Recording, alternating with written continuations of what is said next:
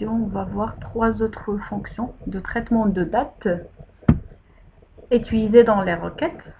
Donc, il s'agit bien de la fonction diffDate, la fonction format et la fonction date. Donc, je vous donne la syntaxe de chacune des 3 fonctions, que ce soit en mode QBE ou bien en mode SQL. Et puis, donc, on va voir l'application sur notre TP.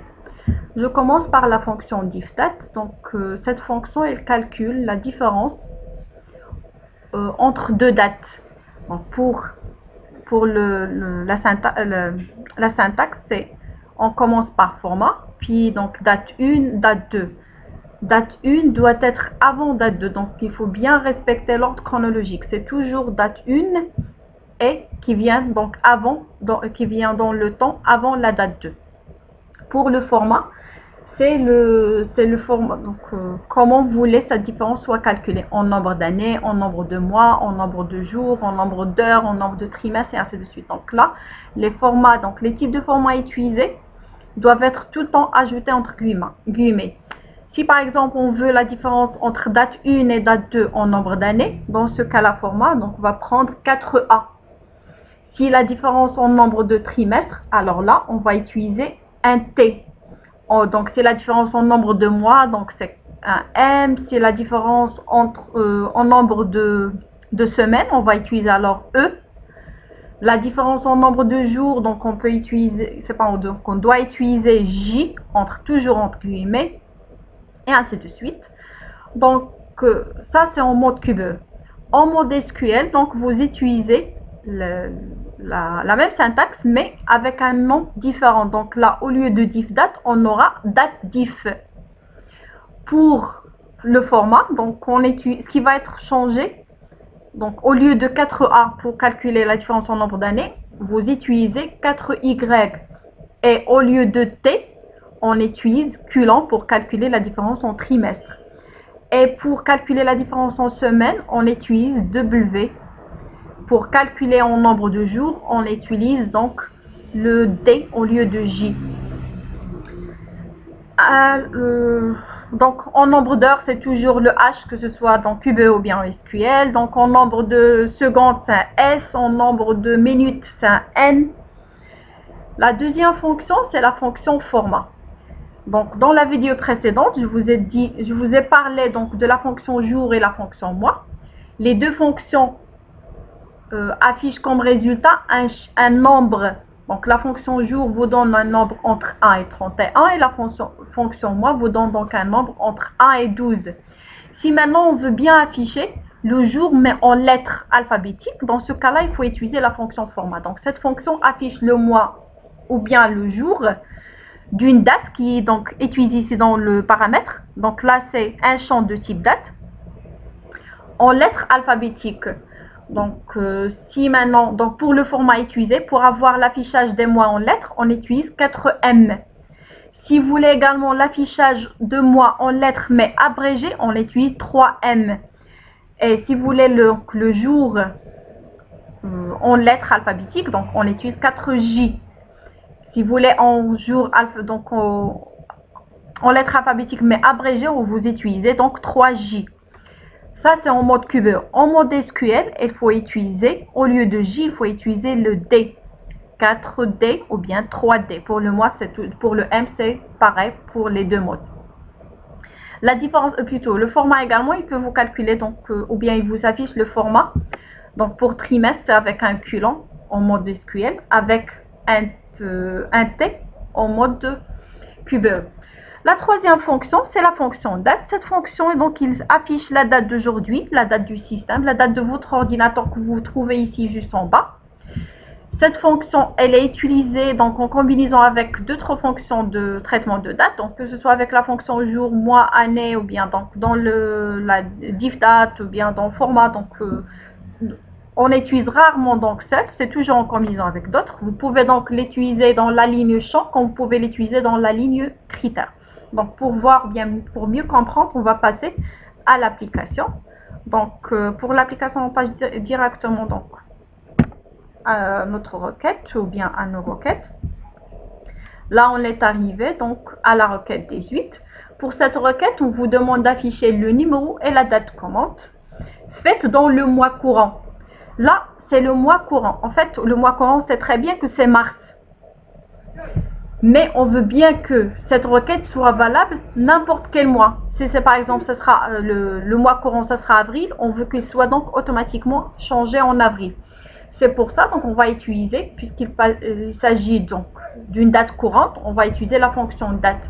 Donc afficher le numéro et la date de commande faite dans le mois courant. On passe. Donc c'est la table commande qu'on a besoin, afficher le numéro et la date de commande dans le mois courant. Donc là, je ne vais pas utiliser le mois courant, donc c'est un critère. Mais là, je ne peux pas utiliser mois appliqué à date ici, parce que là, c'est un chiffre. Et je ne peux pas comparer la date avec un chiffre. Donc c'est pour ça, on va utiliser la fonction mois, appliquer date commande. Pour mieux comprendre, je vais cocher, mais c'est pas demandé, juste pour voir. Cette fonction, il va nous afficher les mois de toutes les dates commandes. Mais ce qu'on veut, c'est juste les mois qui coïncident avec mars. Normalement, je peux mettre ici juste 3. Mais donc ça va être fixe. Si je passe en avril, je dois changer 3 par 4. Nous, on cherche une requête qui soit valable pour tous les mois courants. C'est pour ça qu'on va utiliser. Alors, comme critère, mois, appliqué à la date, à la fonction date court. Cette fonction-là, mois appliqué date, on sait très bien, si j'utilise date comme fonction avec les deux parenthèses, il va m'afficher le 25/3/2020. Si j'applique le mois, il va extraire le mois à partir de cette date qui est bien le mois 3. Donc, je vais exécuter pour voir. Voilà, donc, il affiche toutes les requêtes passées en mars. Donc, je passe maintenant, je reprends ma requête en mode de création. Je décoche puisque c'est pas demandé donc de cocher ça, d'afficher le mois. J'exécute. J'ai maintenant donc toutes les commandes, le numéro de commande et la date de commande passée en mars. J'enregistre la requête donc 18 QBE et je la recrée en SQL. Création de requête. Donc je ferme. SQL. Donc, ce qui est demandé, c'est d'afficher numéro de commande, virgule, date commande. Donc, à partir de la table commande, where maintenant, pour le critère, qu'est-ce qu'on avait? Donc, c'est bien le mois de date commande qui coïncide égale mois de la date courante. Et voilà. Donc, where mois date commande qui est bien égal, ça c'est le partie critère, ça c'est la ligne des champs. Donc, j'exécute pour voir. Ah oui, pardon. Donc là, c'est pas moi, mais c'est maths, c'est SQL. Donc ça c'est maths, ça c'est maths. D'accord, maintenant donc on n'a pas de problème. Voilà. Donc elle affiche la même chose. Donc j'enregistre la requête 18 SQL. On passe à la requête suivante, donc la requête 19. Donc c'est sûr, c'est toujours création de requête, c'est la table commande puisqu'il s'agit de fonctions de traitement de date. Et c'est la seule table qui contient des champs de type date. Donc je ferme. Voyons voir qu'est-ce qu'il nous demande la requête. C'est la requête 19. Afficher le numéro et la date commande. Et la durée des commandes. On cherche la durée depuis leur création à nos jours. À la date courante, à la date d'aujourd'hui. Donc, on a besoin d'un champ numéro, d'un champ date et d'un troisième champ qu'on va le calculer qui s'appelle durée. Donc, pour calculer une durée, c'est une différence entre deux dates, on a besoin de la fonction diffDate. Donc, je vais créer la fonction, plutôt donc numéro de commande, date commande, et je nomme maintenant donc l'alias, c'est durée, deux points, on va utiliser diffDate, j'ouvre la parenthèse. Donc, diffDate, on a besoin donc de format d'abord. Si par exemple, on cherche la différence en nombre d'années, donc je mettrai guillemets, Et j'ai dit en nombre d'années, c'est 4A. Je ferme les guillemets, puis point virgule. La date 1, quelle est la première date? Parce qu'on cherche quoi? La différence entre deux dates. La date commande et la date du jour. Donc la date commande qui vient avant, chronologiquement, et puis la date du jour. Donc je mettrai ici date CMD, point virgule, puis date du jour. Et je ferme. Je coche pour voir ceci.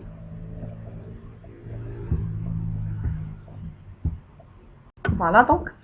Diff date en nombre d'années entre date commande et la date du jour. J'exécute. Voilà donc. Depuis janvier 2018 jusqu'à donc on est mars de 2020. C'est bien 2 ans. Donc là, si vous voulez, dans l'affichage, après le nombre d'années, qu'on affiche également l'année an ou bien année, on peut donc utiliser l'opérateur de concaténation qu'on a déjà vu. Donc là, je peux mettre par exemple, pour concaténer, j'avais déjà dit en cours, on utilise le et commercial. Et puis, je mettrai par exemple en AN, entre parenthèses, le S. Puis, je ferme les guillemets. Voilà donc dans l'exécution.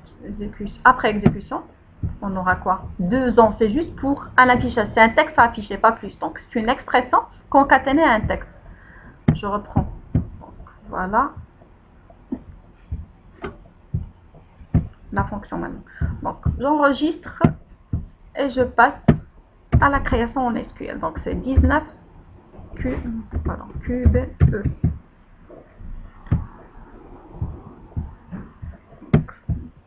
Je crée la requête.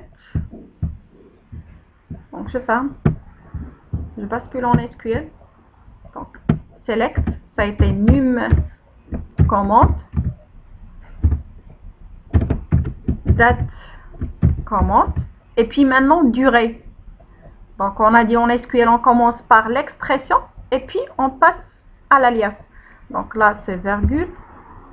Et puis l'expression, c'était quoi? C'est la fonction qui calcule la différence entre deux dates en SQL au lieu de diff date, c'est date diff. Donc date diff. Puis ces formats, on cherche par exemple en nombre d'années. Je mettrai 4Y et pas de point virgule, mais c'est juste des virgules. La première date, c'est date commande. Et la deuxième date, c'est date de système, la date courante. Et je ferme. Puis le et, puis en par exemple, AN, S, je donne la parenthèse. Voilà. Donc ça c'est l'expression. Donc ça c'est l'expression utilisée, la fonction. Ça commence ici, ça se ferme là. Et puis là, c'est un plus. Donc c'est pour concaténer avec un texte. Et par la suite, as, durée. Donc, from, la table commande. Donc, on n'a pas de condition, on n'a pas de critères. Donc, je vais exécuter. C'est la même chose. Donc, voilà, numéro de commande, date commande et la durée. Donc, on enregistre alors notre requête. Requête 19 SQL. Donc, je passe pour voir est-ce qu'on n'avait pas donc un critère là. Non. Si maintenant on veut par exemple la différence en nombre de mois ou bien en nombre de jours, juste au lieu d'écrire le A, donc vous mettez le A, donc c'est en nombre de mois, c'est toujours un M que ce soit dans les deux modes. Mais pour la différence en nombre de jours, donc en QBE c'est un seul J et en SQL c'est un D. On passe à la dernière requête alors pour ce premier TP. Donc, ce qui est demandé, c'est bien d'afficher le numéro et la date des commandes faites en janvier, mars ou avril de l'année 2019. Là, on vous demande également d'ajouter un champ qui convertit ces mois en lettres. Donc, on crée la requête, donc numéro, date, commande, et un champ mois en lettres. Donc, je ferme ça. Et je crée la requête, donc c'est la table commande. Donc, Donc, numéro de commande, la date commande, et puis là, c'est mois en lettres. Ça, c'est le nom qui est demandé. Alors, le mois en lettres, pour l'avoir, on a dit pour afficher le mois en lettres, on utilise la fonction format. J'ouvre la parenthèse. Donc, pour format, vous commencez par la date et puis le format utilisé. La date, pour nous, c'est la date commande. Point virgule. Pour le format, on cherche les mois. Donc là, on va mettre 4M.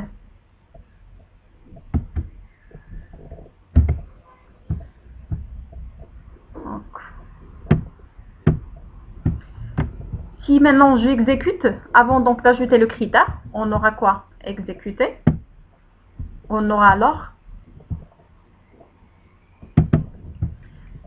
le numéro et la date commande. Et également ici, les mois, mais sont en lettres. On a extrait les mois en lettres. Maintenant, ce qu'on veut, juste les mois. Donc, janvier, je pense, je ne me rappelle pas quoi. Donc, les mois. Voilà, janvier, mars ou avril. Janvier, mars ou avril. Alors, dans ce cas-là, on veut juste janvier, mars et avril. De l'année 2019. On a également un critère sur l'année. Donc, on ajoute. On commence par les mois d'abord. Donc, mode création. Alors, les mois ici, on va utiliser soit in, soit ou. Donc, in. Ou bien, j'utilise cette fois, c'est où. Donc là, janvier, je mettrai janvier. Ou mars ou avril. Bien sûr, il faut mettre le guillemets, mais donc ils vont s'ajouter automatiquement. Donc janvier, mars ou avril, j'exécute. Donc on a janvier, mars, avril. Mais c'est juste pour l'année 2019. Donc il faut avoir un critère sur l'année. Donc je mettrai ici année. Pardon, voilà. C'est dans partie année. Date commande. On a un champ, donc un critère sur l'année. On veut bien juste 2019.